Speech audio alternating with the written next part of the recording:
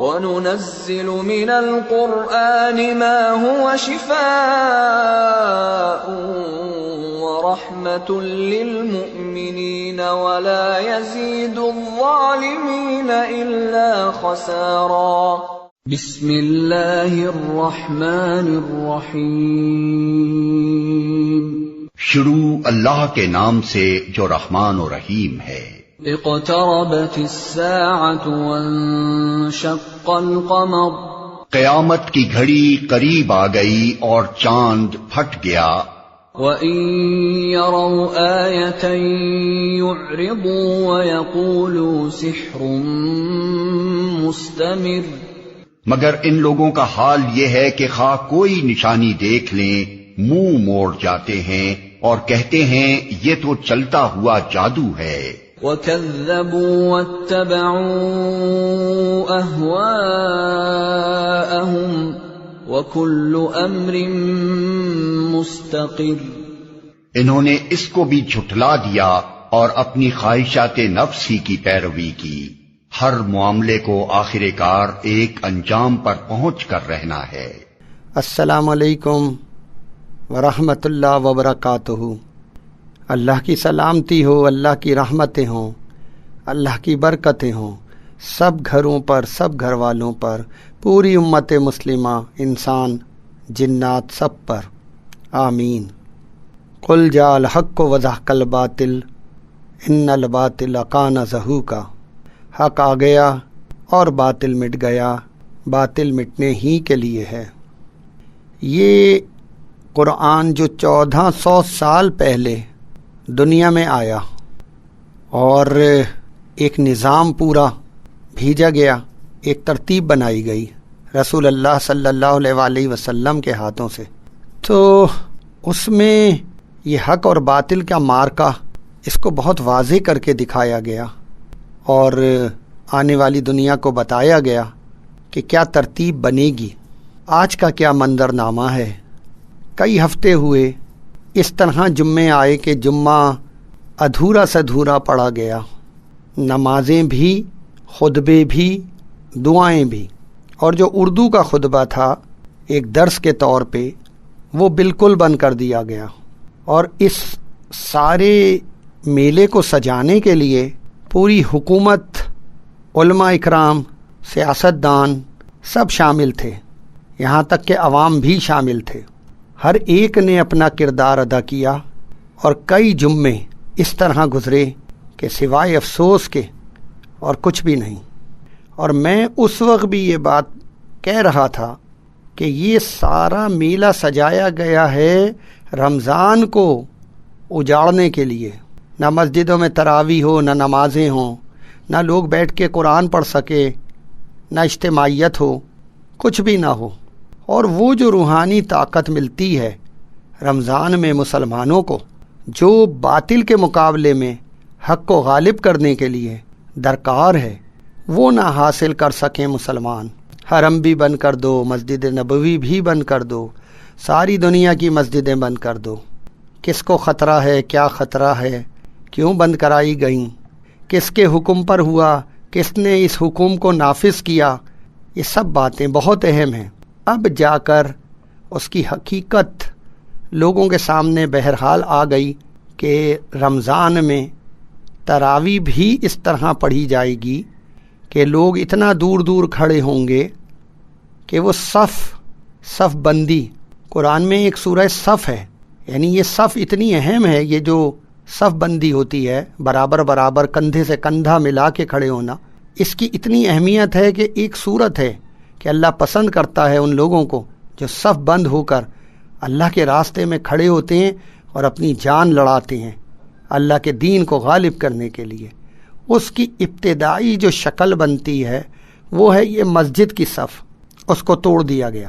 نتیجہ یہ ہے ایک صف میں اگر 20 لوگ کھڑے ہوتے تھے تو اب 6 لوگ، 7 لوگ، شاید 8 لوگ کھڑے ہوں گے، یعنی 35%، 40% لوگ نمازیں پڑھ سکیں گے اور باقی باہر گلیوں میں کھڑے رہیں گے۔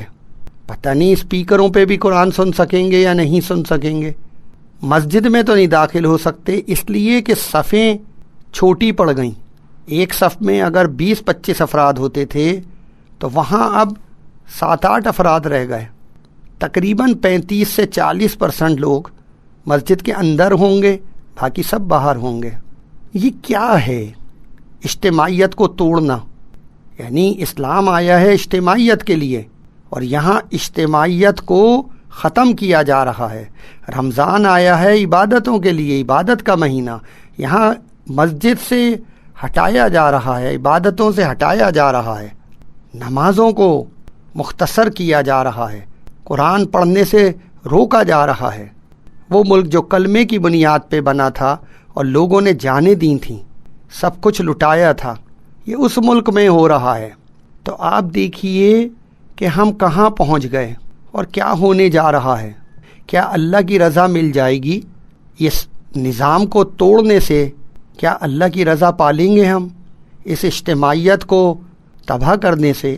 کیا اللہ کی فلاح مل جائے گی، حی علی الفلاح؟ اور کیا نماز ہو جائے گی مکمل اتنے دور دور کھڑے ہونے سے؟ صف بندی ہو جائے گی؟ تو آپ سوچئے کیا ہو رہا ہے۔ اور ایک اہم ترین بات بتاؤں میں آپ کو، آج سوشل میڈیا پہ ایک خبر ہے اور میڈیا میں بھی ہے، اور وہ خبر یہ ہے کہ سارے علماء، سارے سیاستدان اور سب متفق ہیں ایک بات کے اوپر، ایک نقطے پر، اور وہ نقطہ یہی ہے مسجدوں کو اجاڑنے کا۔ تو آپ بتائیں کہ اسلامی جمہوریہ پاکستان کا مطلب کیا؟ لا الہ الا اللہ، 27ویں شب میں بنا ہوا پاکستان، کیا یہ سب کچھ بھول گئے لوگ؟ کورونا نے تو کچھ بھی نہیں کیا، وہ تو یہ مرا نام لے دیا کورونا، وہ مرا اس کا نام لے دیا، ٹی بی بھی کورونا ہو گئی، کینسر بھی کورونا ہو گیا، ہر بیماری، ہر موت کورونا ہو گئی۔ تو کورونا نے تو نہیں بگاڑا۔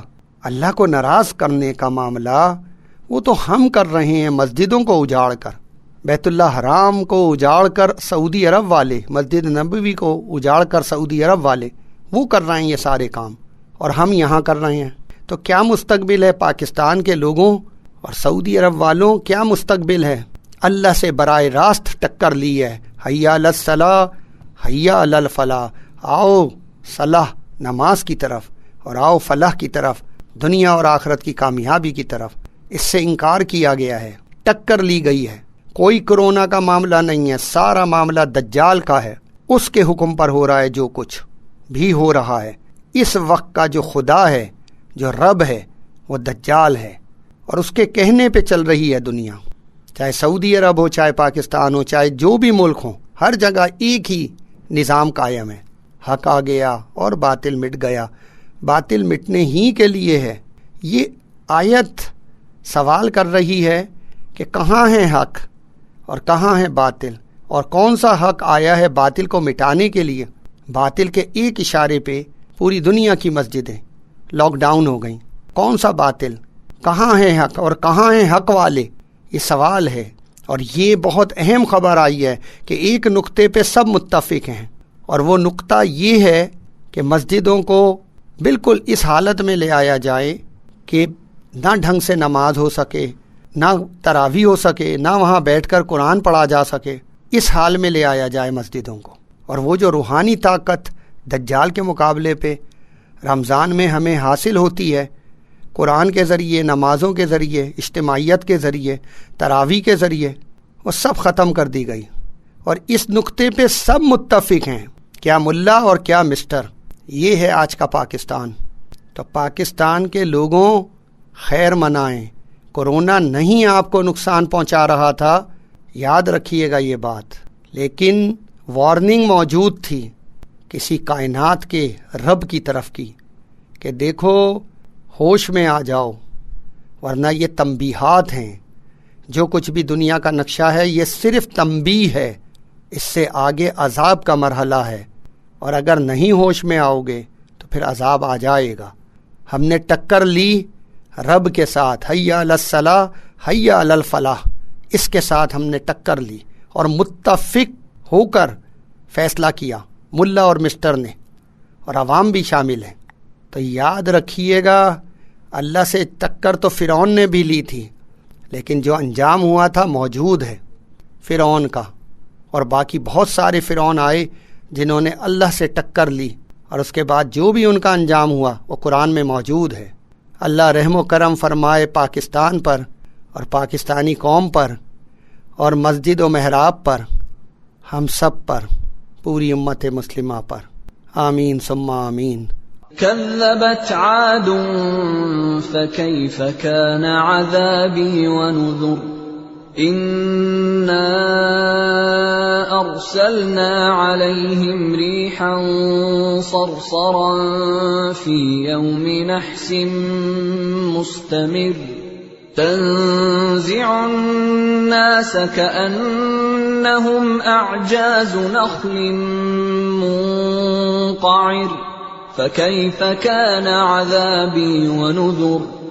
عاد نے جھٹلایا تو دیکھ لو کہ کیسا تھا میرا عذاب اور کیسی تھی میری تنبیہات۔ ہم نے ایک پیہم نحوست کے دن سخت طوفانی ہوا ان پر بھیج دی جو لوگوں کو اٹھا اٹھا کر اس طرح پھینک رہی تھی جیسے وہ جڑ سے اکھڑے ہوئے کھجور کے تنے ہوں۔ پس دیکھ لو کہ کیسا تھا میرا عذاب اور کیسی تھی میری تنبیہات۔ وَلَقَدْ يَسَّرْنَا الْقُرْآنَ لِلذِّكْرِ فَهَلْ مِن مُدَّكِرٍ۔ ہم نے اس قرآن کو نصیحت کے لیے آسان ذریعہ بنا دیا ہے، پھر کیا ہے کوئی نصیحت قبول کرنے والا؟